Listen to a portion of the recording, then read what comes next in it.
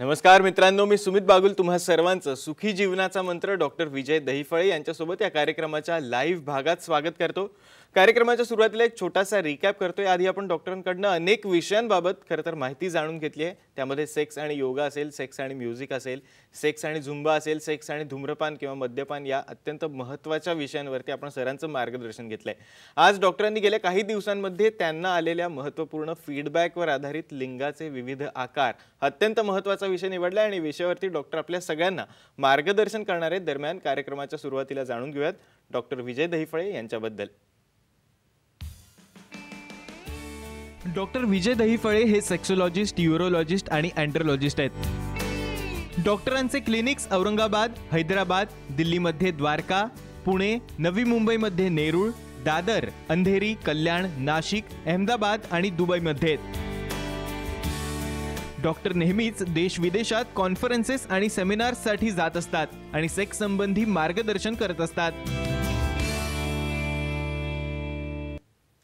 तर मित्रांनो, तुम्हाला डॉक्टरांच्या विविध क्लिनिक्सबद्दल तर माहिती मिळालेलीच आहे, पण कार्यक्रमाला सुरुवात करण्याच्या आधीच एक तुम्हाला आनंदाची बातमी देऊ इच्छितो। ती म्हणजे डॉक्टरांचं नवीन कोरस सेंटर सुरू झालं आणि साऊथ मुंबईमध्ये कुलाब्यामध्ये हे सरांचं नवीन सेंटर नुकतंच सुरू झालं। त्यामुळे तुम्ही कुलाबा सेंटरमध्ये जाऊन प्रत्यक्षात डॉक्टरांची भेट घेऊ शकतात आणि अत्यंत पॉझिटिव्ह पद्धतीने डॉक्टर तुम्हाला मार्गदर्शन देखील करतील। दरम्यान या क्षणाला देखील तुम्ही सरांशी संपर्क साधू शकतात। त्यांचं मार्गदर्शन, महत्त्वाचं मोलाचं मार्गदर्शन तुम्हाला या क्षणाला देखील मिळू शकतं। त्यासाठी करायचं एवढंच आहे, आम्हाला फोन करायचा आहे। त्यासाठी आमचा नंबर नोट डाऊन करून घ्या। आमचा नंबर आहे 022, हा मुंबईचा एसटीडी कोड आहे आणि त्याच्या पुढे तुम्हाला लावायचं आहे 66843333। या नंबरवरती फोन फिरवा। तुमच्या मनातले जे काही प्रश्न असतील, शंका कुशंका असतील, ते अगदी खुलेपणानं सरांना विचारा आणि पॉझिटिव्ह पद्धतीने सर तुम्हाला नक्कीच उत्तर देतील। सर आत्ता सोबत आपल्यासोबत आहेत। Sir, welcome to the show. नमस्कार सर, आपल्या कार्यक्रमाचं एक वैशिष्ट्य म्हणजे आपण फोनवरनं प्रश्न तर घेतच असतो, पण एक महत्त्वाचा रिकॅप असतो आपला, जो आठवड्याभरात काय काय घडामोडी झाल्या त्याबद्दल आपण प्रेक्षकांना सांगत असतो। सर, खरं तर अगदी गेल्या वर्षी सारखी परिस्थिती पुन्हा निर्माण होते का असं कुठेतरी वाटायला लागलंय, कारण की कोरोनाच्या पेशंट्स जे आहेत ते पुन्हा एकदा स्पाइक येताना कुठेतरी दिसतोय। मुंबईसारख्या शहरामध्ये तर 5-5 हजार, आता तिसरा दिवस आहे आजचा। अत्यंत संवेदनशील वातावरण झालंय, पण या संवेदनशील वातावरणामध्ये एक चांगली गोष्ट घडते, ती म्हणजे वॅक्सिनेशन सुरू झालंय आणि औरंगाबादच्या आपल्या डॉक्टर दहिफळे हॉस्पिटलमध्ये वॅक्सिनेशन मोहीम ही तुम्ही सुरू केलेली आहे आणि तुमच्या हॉस्पिटलमध्ये वॅक्सिनेशन सुरू झालंय। सर, आम्हाला जाणून घ्यायचं याबद्दल काय सांगाल? नक्कीच। आमच्या आपल्या सर्व दर्शकांना या ठिकाणी सांगू इच्छितो, गेल्या वर्षी मार्चमध्ये कोविडची सुरुवात झाली, भीतीचं वातावरण पसरलं होतं। या वर्षी देखील मार्चमध्ये हीच अवस्था आहे, पण एक मोठा फरक आहे की आपण एक वर्षामध्ये याचं वॅक्सिन आपल्याला मिळालेलं आहे। हे वॅक्सिन घेणं का आवश्यक आहे या ठिकाणी पाहू शकता। दहिफळे हॉस्पिटलमध्ये आता एका आठवड्यामध्ये 500 पेक्षा जास्त वॅक्सिनेशन झालेले आहेत। कोविशिल्ड आहे, कोवॅक्सिन आहे, हे घ्या। वृद्ध तर झालेच, त्याचबरोबर आता 45 वर्षानंतरचे आणि करोना वॉरियर जे हाय रिस्कला आहेत ते का घेणं आवश्यक आहे वॅक्सिनेशन? बऱ्याच जणांना मला थंडी आली, ताप आला, अंगदुखी झालं, हे झालं, ते झालं, म्हणून मला करोना होऊन गेला, मग मला घ्यायची गरज नाही, अशा गोष्टी अजिबात नाहीत। एक महत्त्वाचं सांगतो, वॅक्सिन का घ्यायचं असतं? स्वतःला जी 70 to 80% इम्युनिटी मिळणारच आहे, पण दुसऱ्याला, समोरच्याला आपल्यामुळं त्याला काही प्रकारचं संक्रमण होणे, व्हायरल इन्फेक्शन होणे, म्हणून तुम्हाला ते घ्यायचे। बघा, लहान बाळाला कळत नाही, लहान बाळाला आपण टच देऊन आणतो, तो 3 दिवस एकसारखा ताप आला, थंडी आला, बॉडी, हे पहिलं वॅक्सिन आढळला निघालेलं आहे। हे देखील घेऊन ह्याला घाबरू नका, आणि काही साईड इफेक्ट होत नसतो। उलट तुमची प्रतिकारशक्ती वाढून तुम्हाला प्लस दुसऱ्यांना त्याचं प्रोटेक्शन मिळतं। त्यामुळे मी सुरुवातीला मार्चमध्ये एक माझं फार मोठं आर्टिकल आलं होतं, करोनासोबत राहणे अनिवार्य। ह्याचा अर्थ काय? काही न पाळता बाहेर निघायचं नाही, सोशल डिस्टन्सिंग, सॅनिटायझर, मास्क आणि स्टीम, इव्हन गार्गल देखील म्हणेल, या गोष्टी अवलंबात प्रत्येकजण आपली स्वतःची जबाबदारी घ्या। या ठिकाणी पॅन्डेमिक म्हणजे पूर्ण सगळीकडे हा पसरला आहे। फक्त तुमच्या बॉडीची इम्युनिटी वाढवा, प्रतिकारशक्ती वाढवा, घाबरू नका। घाबरल्यानं तुमची इम्युनिटी कमी होत असते। प्रोटीनयुक्त आहार ठेवा, व्यायाम चालू ठेवा, एक्सरसाइज करा, स्विमिंग करा, जे पॉसिबल आहे ते करा, आणि हे पूर्ण स्टँडर्ड गोष्टी पाळून आपण याला नक्कीच आता वॅक्सिन आपल्याकडे आल्यामुळं पळवून देण्यामध्ये अतिशय सक्सेस होऊ शकतो। आणि सर्वांना एक सांगेन, हे वॅक्सिनेशनचा लाभ घ्या। औरंगाबाद येथील दहिफळे हॉस्पिटलमध्ये अपॉइंटमेंट घेऊन सर्वांनी अतिशय जास्त प्रमाणात स्वतःही प्रोटेक्शन घ्या आणि दुसऱ्यालाही प्रोटेक्शन द्या। मला वाटतं आपल्या कार्यक्रमाला जायला हरकत नाही। नक्कीच सर। आणि सर, फोन वेटिंगवरच आहेत। सगळ्यात पहिले सटाण्यावरनं फोन आलेला आहे, धीरजजी आपल्यासोबत आहे. धीरजजी तुमचा प्रश्न विचारा, तुमचा फोन कनेक्ट झालाय. धीरजजी आमचा आवाज तुमच्यापर्यंत पोहोचतोय, तुमचा फोन कनेक्ट झालाय, तुमचा प्रश्न तुम्ही थेट डॉक्टरांना विचारू शकता, तुमचा फोन कनेक्ट झालाय. सर मी धीरज खेळणार बोलतोय. बोला धीरज बोला.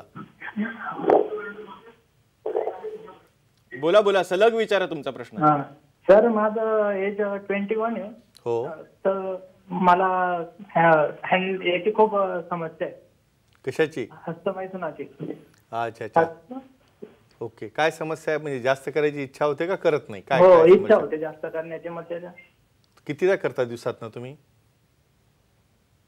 ठीक आहे, हे बघा 21 वर्ष वय आहे, हस्तमैथुन करायची इच्छा त्यांना होते, काही ॲबनॉर्मल नाही.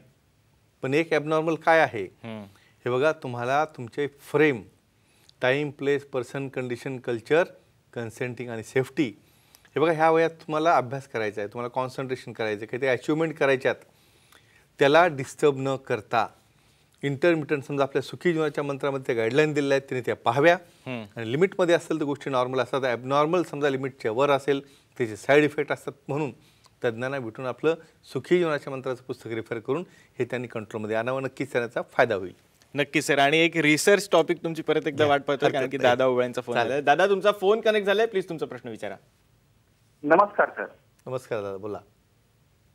जर एखादी स्त्री गर्भवती असेल आणि अशा वेळेस तिच्या पतीने जर साप अशा प्रकारचे सरपटणारे जीव मारले तर डिलिव्हरी झाल्यानंतर बाळाच्या अंगावर त्या जीवाला असणारे सट्टे येत असतात, अशी अंधश्रद्धा आपल्याकडे मानली जाते. म्हणून माझा प्रश्न असा आहे की एखाद्या गर्भवती स्त्रीच्या पतीने जर साप अशा प्रकारचे जीव मारले तर डिलिव्हरी झाल्यानंतर बाळाच्या अंगावर त्या जीवाला असणारे सट्टे येत असतात की नाही, आणि जर येत असतील तर गर्भाशयातील बाळाचा आणि सापाचा काय संबंध येत असतो की ज्यामुळे बाळाच्या अंगावर असे सट्टे येत असतात, त्याबद्दल सांगा सर. नक्कीच नक्कीच, खरंच रिसर्च टॉपिक असतो. हो, आणि सांगूया नक्कीच. हे बघा, काही अंधश्रद्धा आहेत किंवा काही अशा गोष्टी का सांगितल्या जातात. हे बघा, आपण पाहतो सर्व काही प्राणी जे आहेत त्या प्राणी मात्र आपल्याला प्रेम करायचं पाहिजे विनाकारण. ते तुम्हाला त्रास देत नसतील तर तुम्ही त्याला मारू नये, हे तुम्ही असं सहज सोपेपणे सांगून ऐकत नाहीत. मग अशा वेळेस काय केलं जातं, मग याला असं केलं तर तुम्हाला असं होईल, हे केलं तर तसं होईल, भीती. म्हणजे कुठल्याही प्रकारे तुम्ही या प्राण्यांना, मुख्या जीवांना इजा करू नये, त्यांना त्रास देऊ नये. कसल्याही प्रकारचं त्यांना काही प्रकारची इजा झाली तर आपले प्राणीमित्र आपल्याला माहिती आहेत. एक तर पहिली गोष्ट, असं करण्याचा आणि त्या बाळाला काही होण्याचा काही संबंध नाही, पण जी मेंटॅलिटी तुमची बदलली जाते. ठीक आहे, गरोदर असो नसो, एरवी नॉर्मल पिरियड जरी असले प्रत्येकाच्या आयुष्यामध्ये, तिने अशा गोष्टी करू नयेत. यामध्ये एक संदेश असा असतो की ठीक आहे, कमीत कमी तुम्ही या गोष्टीला तरी घाबराल, याला तरी भ्याल, म्हणून काही जण अशा गोष्टी सांगतात. पण वैज्ञानिक दृष्ट्या याचा आणि असं होण्याचा एकही काही संबंध नसतो, आणि अधिक माहितीसाठी ते तज्ञांना भेटू शकतात. नक्कीच सर. सर खरं तर आपण एका अत्यंत महत्त्वाच्या विषयावरती चर्चा करतोय, आणि तो विषय आहे लिंगाचे विभिन्न आकार. खरं तर तुम्हाला खूप सारे प्रश्न आले तुमच्या व्हॉट्सअपवर, इव्हन तुमच्या ईमेलवर आलेत. आपण हे जे व्हिडिओज आपले टाकतो त्याच्यावर अनेक प्रश्न येतात, आणि लोकांना अत्यंत महत्त्वाची माहिती जाणून घ्यायची, सायंटिफिक माहिती. बरोबर. तर मला सर तुम्हाला विचारायचं आहे, यामध्ये कर्ड पेनिसेस काय असतात याबद्दल आम्हाला सांगा, आणि ते नॉर्मल असतं का? डेफिनेटली. येस. बेसिकली 20 प्रकार असतात या लिंगाचे. हे विभिन्न, हे वेगवेगळे प्रकार जे आहेत, हे नॉर्मल आहेत का, ॲबनॉर्मल आहेत का? सर 1 मिनिट थांबू का? हो, अगोदर प्रश्न घेऊन नंतर उत्तर देऊया. फोन आलाय, किरणजी आपल्यासोबत. घेऊया. किरणजी तुमचा प्रश्न विचारा, तुमचा फोन कनेक्ट झालाय. हॅलो, बोला. बोला.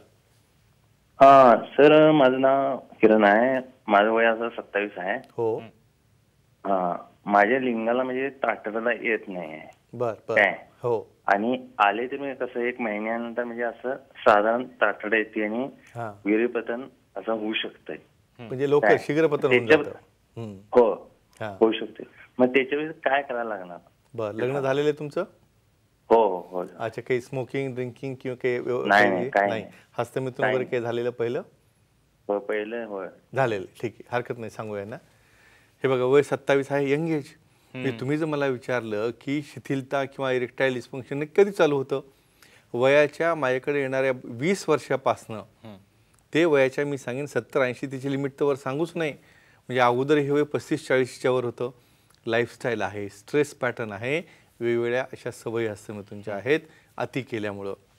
अशा गोष्टींना घाबरायचं नाही. बघा जी परिस्थिती आहे त्याला सॉल्व्ह करायचे.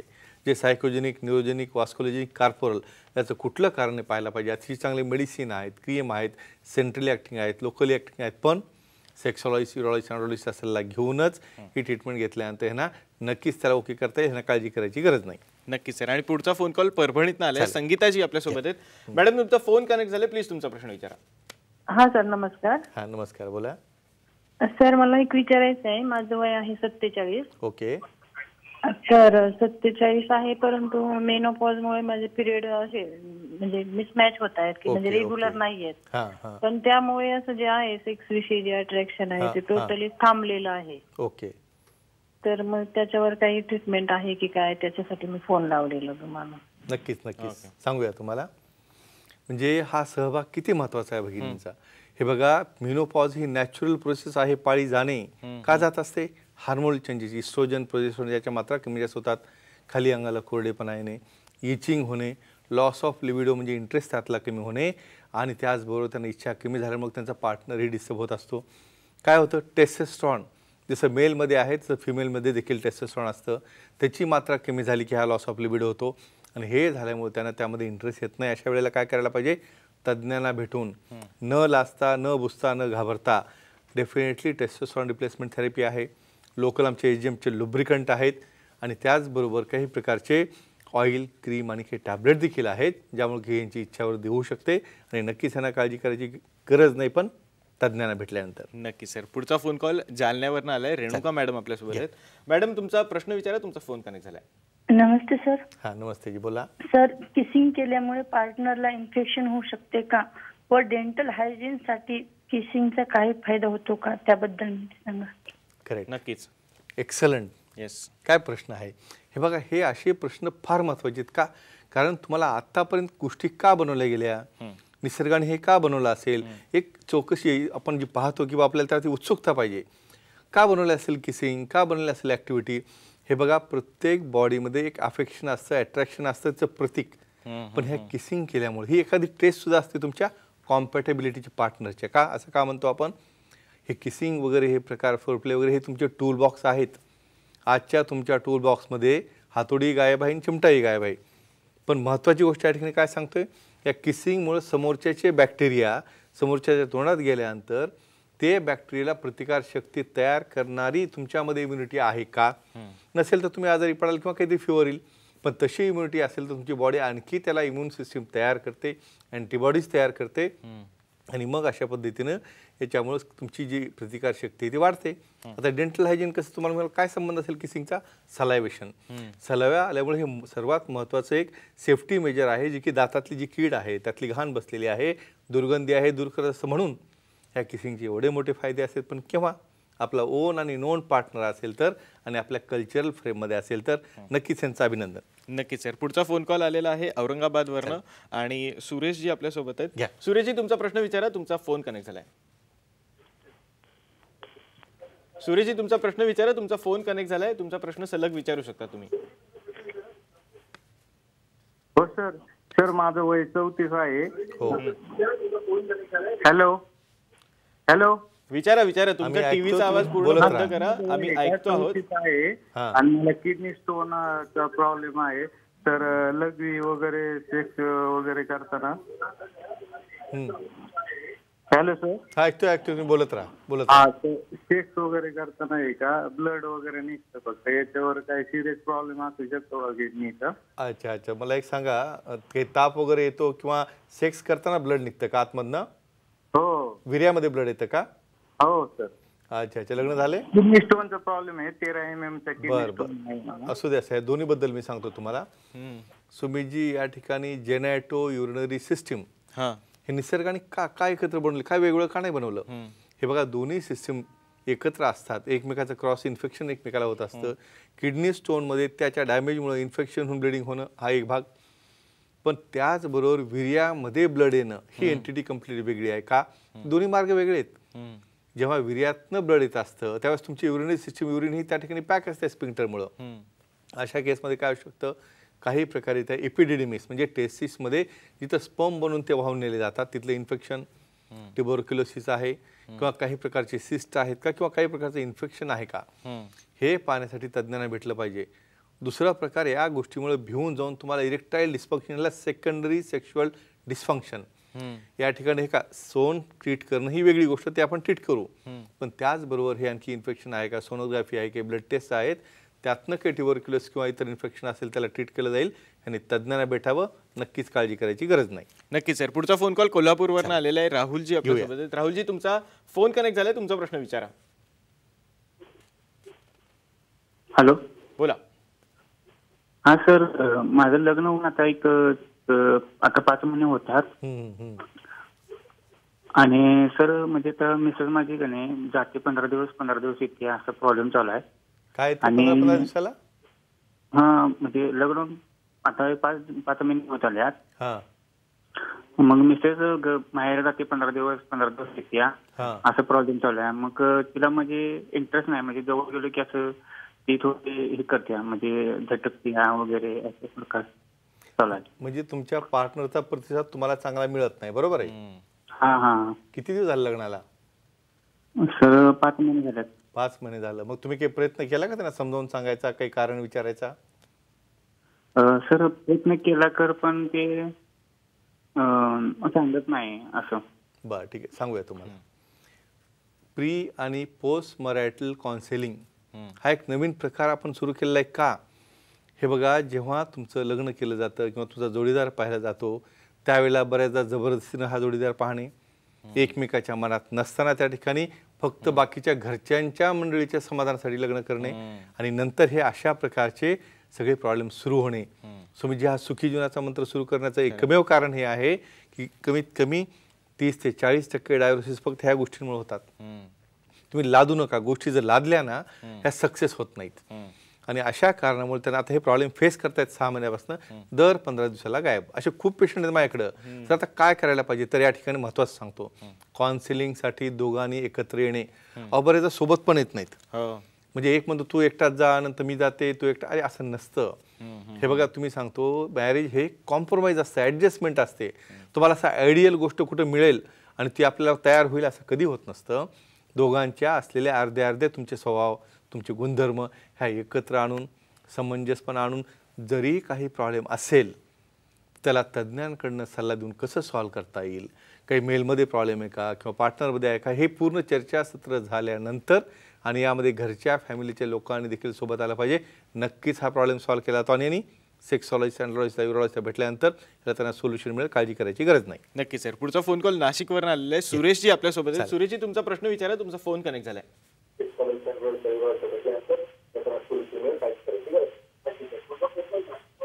बोला. आहे का कनेक्ट? सुरेशजी, प्रश्न विचारा. फोनचा टीव्हीचा आवाज पूर्ण बंद करा आणि प्रश्न विचारा. नक्की सर. आय थिंक सर, खरं तर आपली चर्चा चाललेली लिंगाच्या विभिन्न आकाराबद्दल आणि आम्हाला जाणून घ्यायचं सर, कर्ड पेनिसेस हे काय असतात आणि हे नॉर्मल असतं का, याबद्दल काय सांगाल? नक्कीच. 20 प्रकारचे लिंग आहेत. का पाहतोय आपण की कंपॅरिझन करताना एकमेक डिप्रेशनमध्ये जाणे, इव्हन लहान मुलं सुद्धा मी पाहतो किंवा घरातल्या घरात 2 भाऊ असतात, कम्पेअर करतात एकमेकांना. साहजिक आहे, केलं पाहिजे का नाही? कारण हे आता जे आपण पारून डिस्कस केला की स्मॉल पेनिस आहे, मग मला इंटरेस्टच येत नाही, मग मला सॅटिस्फॅक्शनच होत नाही, अशा गोष्टी टाळायच्या असतील आपल्याकडे सोल्युशन आहे. तज्ज्ञांकडे गेलं पाहिजे, लग्ना अगोदरच गेलं पाहिजे. हे फार महत्त्वाचं असतं. तर कर्ड पेनिसेस हे नॉर्मल आहे, सी शेपेड. कुठलंही पेनिस असं एकदम स्ट्रेट आणि अँग्युलेटेड असं पुस्तकात दाखवलं असं कधी नसतं.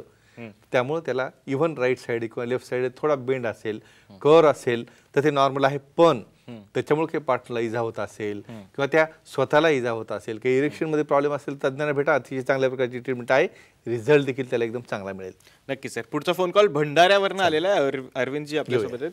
अरविंदजी, तुमचा प्रश्न विचारा, तुमचा फोन कनेक्ट झालाय. हा सर, डॉक्टर साहेब. हा, नमस्कार, बोला. हा, नमस्कार सर. एक विचारायचं होतं मला की हे आपलं सेक्स बद्दल हे जे असतं, तर हे क्लासेस मध्ये का शिकवल्या जात नाही एज्युकेशन मध्ये? आता सर्वत्र तसं टीव्हीवर वगैरे सगळं काही असतं.